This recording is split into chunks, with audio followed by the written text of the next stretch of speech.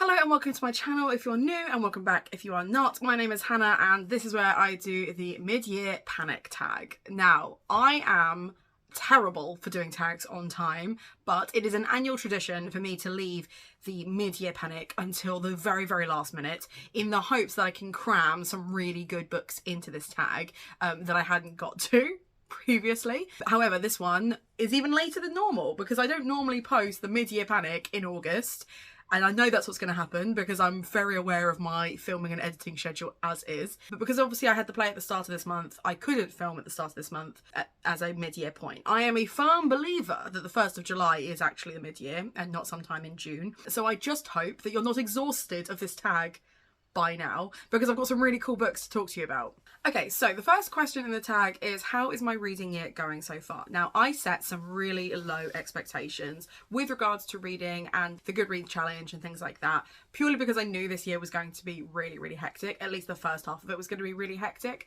I didn't then expect to be moving or moving jobs or any other adulty type things. Recently, car accident. Taking my cat to the vet twice, emergency A&E type level stuff.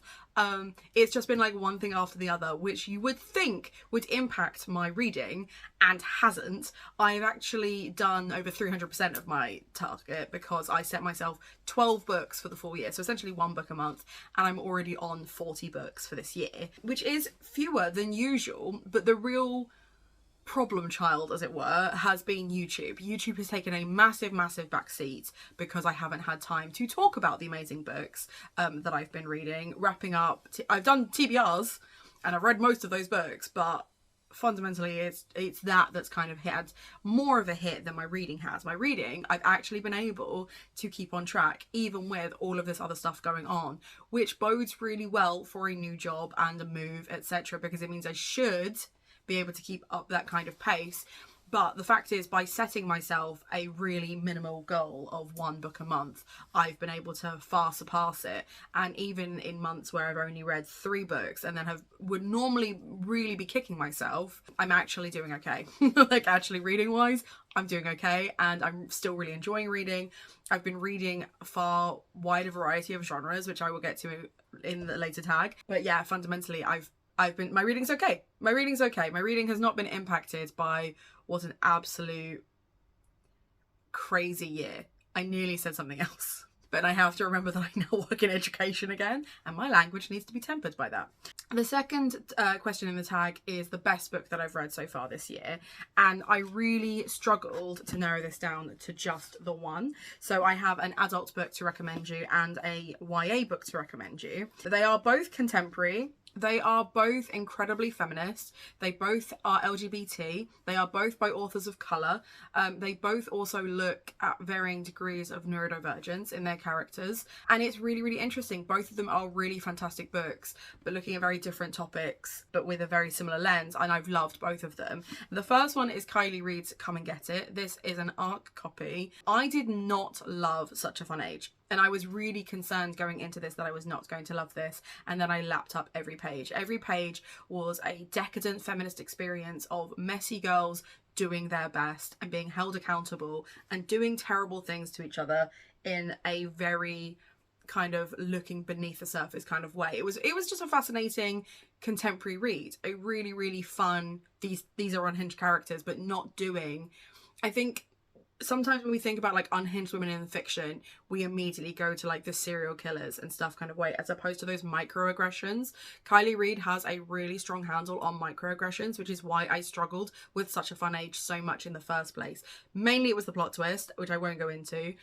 But in this, it really works that these characters are so insidious because it feels like it should be a thriller. It feels like they're going to do something even worse than what they're doing, and that it is all going to blow up in their face. And actually, it is very authentic and realistic in the way that actually those events kind of fall out of place and into place again. A really interesting read, and a really cleverly crafted read. The way this works, you believe all the characters even if you don't like them. There are trigger warnings for suicide ideation and self-harm. There is also some super problematic relationships in this, but actually it didn't trigger me necessarily as much as it would normally, those things, because of the way it was handled. And I just, again, just really, really cannot recommend this book enough. And then the other book that I absolutely adored, which equally has suicide attempts as a trigger, is The Lesbiana's Guide to Catholic School by Sonora Reyes, which is a YA contemporary romance about a young girl who moves school essentially to help her brother, because her brother has been getting into fights and stuff. So they both move to a new school, and she very much feels like she has to hide who she is. Now, she was hiding the fact that she's a lesbian in her previous school, and couldn't hide it from her best friend, and then that backfired massively to her, and it's just a really, really sad narrative in that regard, but it's kind of a fresh start for her and a beautiful story of kind of letting stuff go. I also really, really liked that there are things that are set up in this that pay off later that she doesn't see, but then the pieces make sense. It's not one of those ones where it's not like handed directly to the author, it's not handed directly to the reader, but it's also not there either, if that makes sense. I really struggle sometimes with mysteries where they try and give you too much or too little, and considering this is a contemporary that is setting up for something quite traumatic to happen to her, the red flags are there. It's just whether she recognises them or not. Again, felt really authentic and genuine, and was just a really, really fun read as well. This book is perfect for fans of Felix Ever After. If you read that and thought, I want more Latinx LGBT rep, this is it. This is so good. Yeah, I've been ranting about it for months. Like, any chance I get, I'm recommending this book. It's so good. So yes, those are my two top, an adult and a YA for you, that I would absolutely recommend. Okay, question number 3 was the best sequel that I've read. Now, I've not worked my way through many series this year. I've not necessarily prioritised them the way I would in previous years, but I would say A Heart Full of Hatred is by far my favourite sequel that I've read. Now, I did complete an entire series, which I'm going to talk about again later in this tag, but there is just, like, Derek Landy, I don't even have words. I love this series. It is not a surprise to anyone who's been here for longer than 5 minutes that I absolutely adore the Skullduggery Pleasant series. And that, as far as I'm concerned, Derek Landy can do no wrong. Like, even when he does tropes that I don't like time travel and fixing timey-wimey stuff, even then, top tier content. This one is really interesting because it really looks at the political drive of hate, and how hate can not only drive politics but split families, and the kind of internal dynamics of that. But then equally a trope that I'm looking at in my own book, which is a sibling dynamic where one is constantly trying to save the other who does not wish to be saved. And that is very prevalent in this book, and it just kicks you in the teeth. And then worse, we lose some of our favourite characters in this book. Like, Derek Landy is not afraid to kill off characters. He may, on occasion, bring them back. I don't know if it's possible with the death that happens in this book.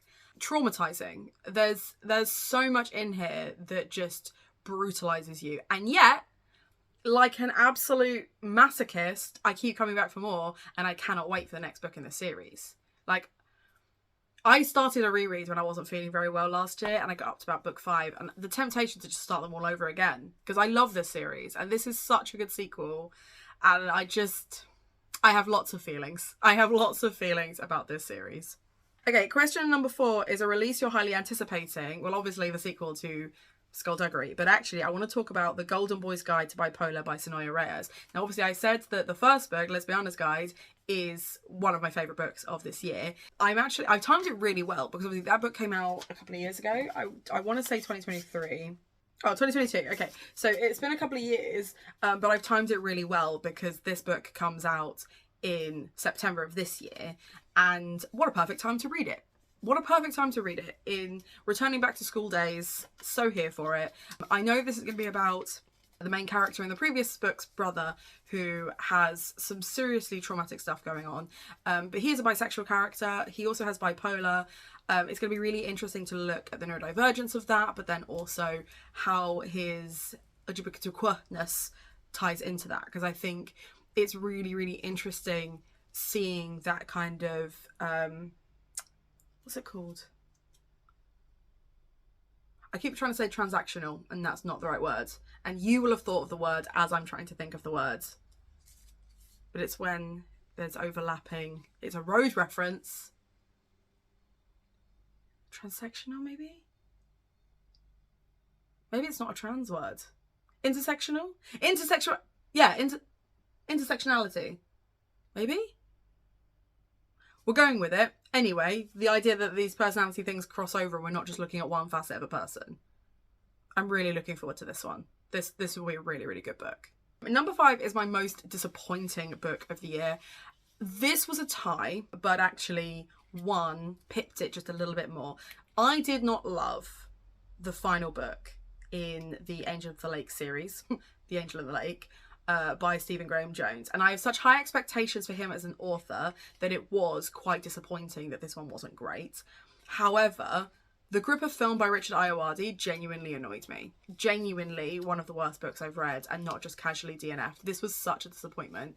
Now, partly it's because I went in thinking that yes, this would be Richard Ayoade talking about very masculine, very kind of like Die Hard style films with a taste for levity in the fact that he's created this alter ego. The alter ego is super sexist and misogynistic and super racist, which is interesting coming from a man of colour who has written some beautiful books and beautiful films before, and is also just a very, very clever comedian. This was a real drip for me because I thought at the end of the day, he didn't have to write it this way. There were some really interesting facts about film in this book, and by choosing this alter ego as a parody, but not actually allowing him to satirise himself to the point of ridiculousness, just didn't work for me. This was just not well crafted. I think it had a lot of potential, and I think maybe 10 years ago we'd have found it funny, but I didn't find it funny, and I found this really frustrating, and I wanted to read a funny book about film, and what I got was a load of rubbish.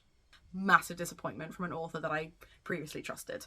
My biggest surprise of the year is actually another comedian and another non-fiction. I've gone for Just Ignore Him by Alan Davis. Now, I bought this ages ago just because I like Alan Davis as a comedian, and I've been reading like James Acaster's books and Jimmy Carr's books and just working through comedians that I really, really like. And I was really surprised by this, not just because it is so beautifully crafted, but because I did not realise the traumatic childhood that Alan Davis had experienced. Because as such a facet on shows like QI, Jonathan Creek, Murder Mysteries that I adore, as a wonderful actor and hilarious comedian, and someone that I would love to go for dinner with because he just sounds like such a good laugh, to find out what he went through as a child was brutal and so well crafted, and the balance between him loving his dad and hating what his dad did to him was poignant and beautiful, and I was crying in the car listening to it. So I both read and did this as an audiobook. The audiobook is obviously done by Alan Davis, so that then added some extra level of trauma to it, but genuinely this is so good, and again, no words.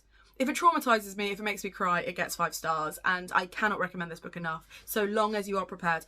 What is crazy to me is that we all read, like, devoured I'm Glad My Mum Died, which is a very, very similar in topic book to this.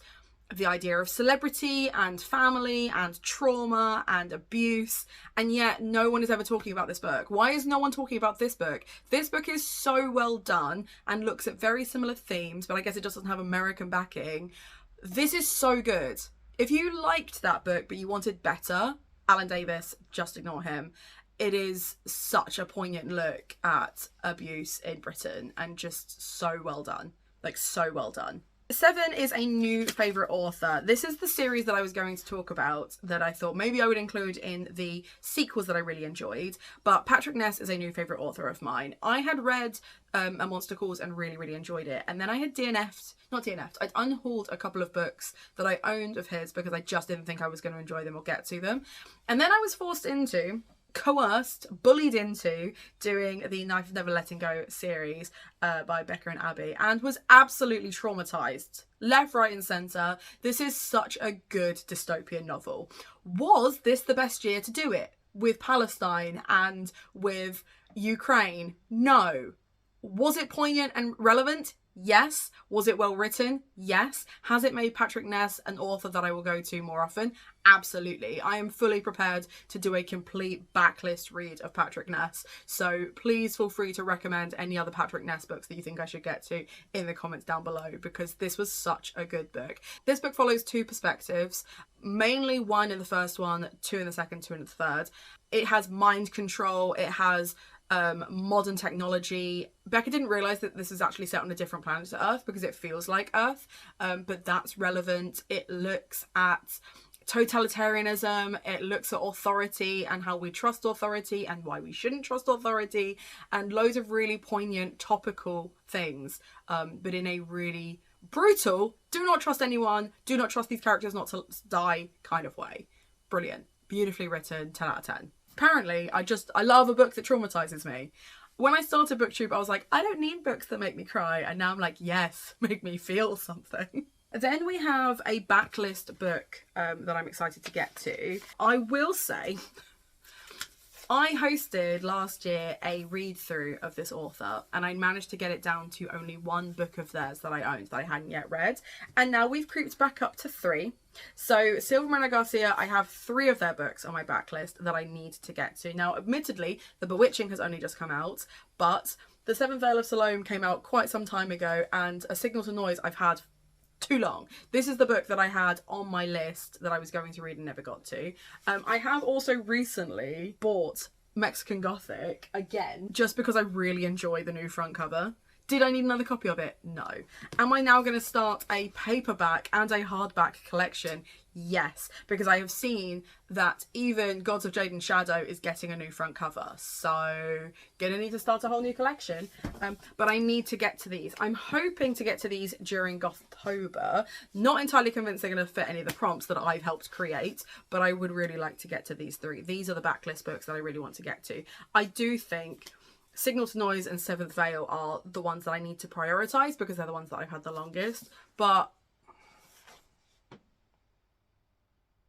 the simplicity of this Gothic, I'm going to love it. I'm going to love it. So I need to get to these soon. Question 9 was favourite genres. And as I said, I wanted to kind of go into this because usually my reading is very Gothic horror, fantasy, split down the middle, and occasionally a couple of genres in between. However, of the 40 books that I have read so far this year, 10 of them are contemporary. So contemporary is by far the one that I've read the most of and enjoyed the most of. I've read 4 non-fictions, 7 fantasies, 6 horrors and 5 thrillers, 3 sci-fi, 3 middle grades, and 2 historical fictions. So historical fiction I've barely touched this year. Like I've not even really TBR'd it all that much, but contemporary I've TBR'd the most and read the most. There is just, maybe it's just because that's what I've got left on my TBR. It tends to be that if I like a thriller or horror, I will buy it and read it immediately, whereas the contemporaries sit a little while longer and maybe I just need to prioritise them a little bit more. But fundamentally, contemporary, by far and away the genre that I have read the most this year, which is really weird for me, but maybe because I've been writing and working on a play that's very whimsical and fantasy based, and also I've been exhausted with romantasy. I'm so exhausted of seeing romantasy, and that's not to say you're not allowed to enjoy it. You are. I love that for you, but I am very much I have to eat something different every day type girly. I can't have the same meal more than once in a week. I'm like that with my reading, I'm like that with my watching, and I'm sick to death of seeing romantasy. So I'm moving on. I'm moving on, apparently, to contemporary books. So that's fun. And then the last question is books that I'm really anticipating for the rest of this year. Now, I have 4.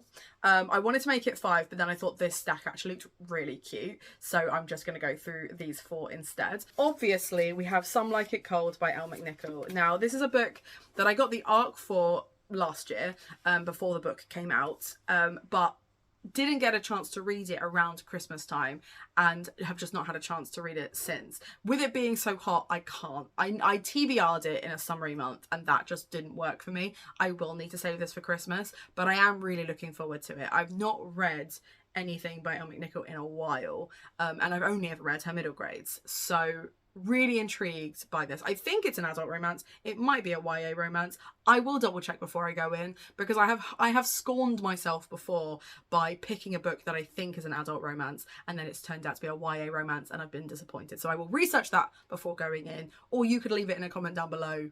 Just reminds me. I did know when I got it, but I can't remember now. So yes, very much looking forward to getting to this one. Really, really looking forward to getting to A Girl in Question by Tess Sharp, which is the sequel to The Girls I've Been. I loved the writing style of the first one. I loved how fast-paced this was, and I genuinely don't know why I haven't gotten to this one yet, because I keep looking at it and wanting to read it, but then it doesn't quite fit any of my TBR prompts. But then in months where I've not had a TBR, I've still not picked it up. So what is going on there? Couldn't tell you. Really looking forward to reading this one though. Really, really highly anticipating. Won't go into the narrative of this one too much, simply because it's a sequel. And then Gabby Hutchinson Crouch. I'm obsessed with her writing since Darkwood, and I've just been collecting her books. You can see I've got like more of her series here. This is a London-based fantasy that I really want to get to. It's got gothic vibes. I have TBR'd this once, but just didn't get a chance to get to it. And I just want to read it. I just want to read it. It's Elizabethan London. It's magic, it's theft, it's all kinds of cool things. I just want to read it. I want to put everything else down and pick this up instead. And then the final one that I'm really anticipating is The Lamb by Lucy Rose. My friend Georgia pointed out that this is everywhere. Like, everyone's already read this. And I do very much feel late to the party, but I was able to snag a really decent hardback in a charity shop. So really, really happy. I think it was meant to be like I think it was previously a library edition, but yeah, I got this from a charity shop for £1.29, so love that for me. Again, know nothing about it other than that this seems to be the cult horror of the year, so really would like to get to that soon. I will be genuinely surprised if you have not done this tag yet, so I'm just going to leave it as one question. What is the next book you're reading that you're really looking forward to? Leave that as a comment down below. If you just want to leave an emoji to say that you were here, feel free to leave a little rose or flower emoji. Treat yourself to something from Waypoint Books because it supports me and my content. Check out the links because I've got a Patreon now, and most importantly, have a nice day.